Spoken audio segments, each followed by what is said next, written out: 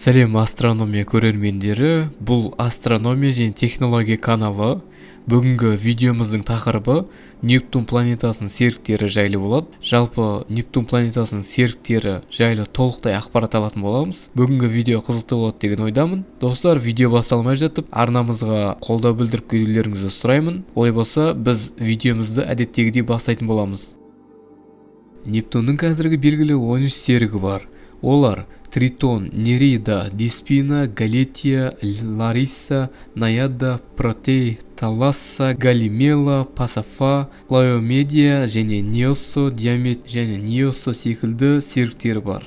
Диаметрі 2703 км болатын Тритон Нептунның ең үлкен серігі, ал Протей мен Нереида сәйкесінше екінші және үшінші серіктері болып саналады.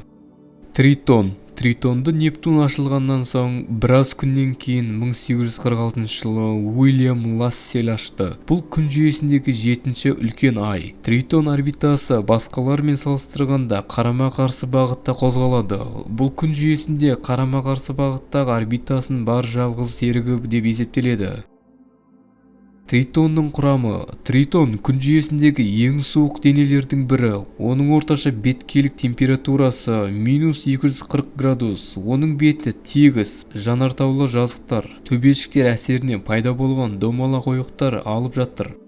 Тритонның бетінде көптеген белсенді жанартаулар мен гейзерлер бар. НАСАның Voyager 2 ғарыш кемесінің Тритон бетін түсірген суреттерінің мұз жанартауларының бар екенін көруге болады. Осы жанартаулар сұйық азот, метан және шаң қосылысынан атқалықтан, бұлар бірден қатып, оның бетіне қар ретінде түсуі мүмкін. Тритон мұзды мантиядан және тығыз металдан және тастақты ядродан тұрады.